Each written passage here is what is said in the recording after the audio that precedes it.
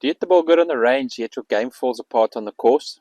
This was happening all too often with one of my clients, Tom.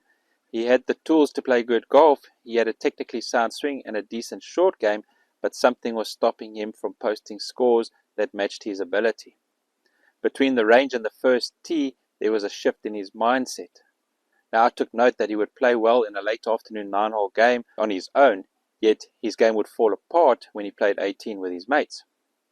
There was an evident pattern and we had to get to the bottom of it.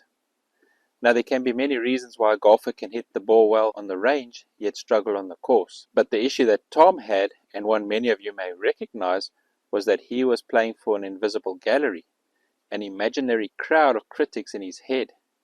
He was placing added pressure on himself by being consumed with what his playing partners or anyone watching might think. What would they say if his shot was a duff?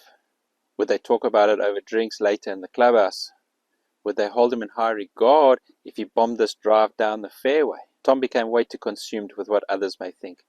Here's the thing, and it might hurt your ego a bit, they really couldn't care less and usually aren't paying attention. They're too busy wrestling with their own concerns, or let's be honest, worrying about what others would think about their game. Now, the cause of Tom's trouble was clear. Those criticizing spectators he imagined, they don't exist. They were focused on their own game, not his. But in Tom's mind, he was under a spotlight and it was throwing him off. Here's how we fixed it. A simple 3-step mindset shift that turned his game around. Step 1. Before each shot, Tom named one person to himself in his invisible gallery that had the most influence in causing this anxiety. Step 2. Tom would then ask himself, do I truly care what they think? Honestly, does their opinion lower my handicap? No. Step 3. Let it go and focus on the pre-shot routine and choosing the correct club for the task. By doing this, Tom stopped performing for a crowd that wasn't there and started playing for himself. And within a couple of rounds, he was playing the golf he always knew he could. That's what I want for you.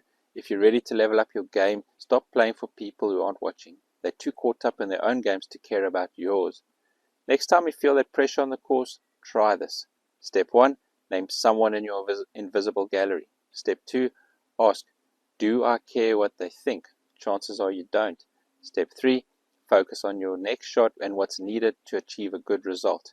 That's when you'll start hitting a lot more good shots that feel right and that remind you why you love this game. Great golf isn't about impressing anyone. It's about trusting yourself and your process. You've got years of experience, your swings groove from all the practice, and you have gained the wisdom to know what works for you.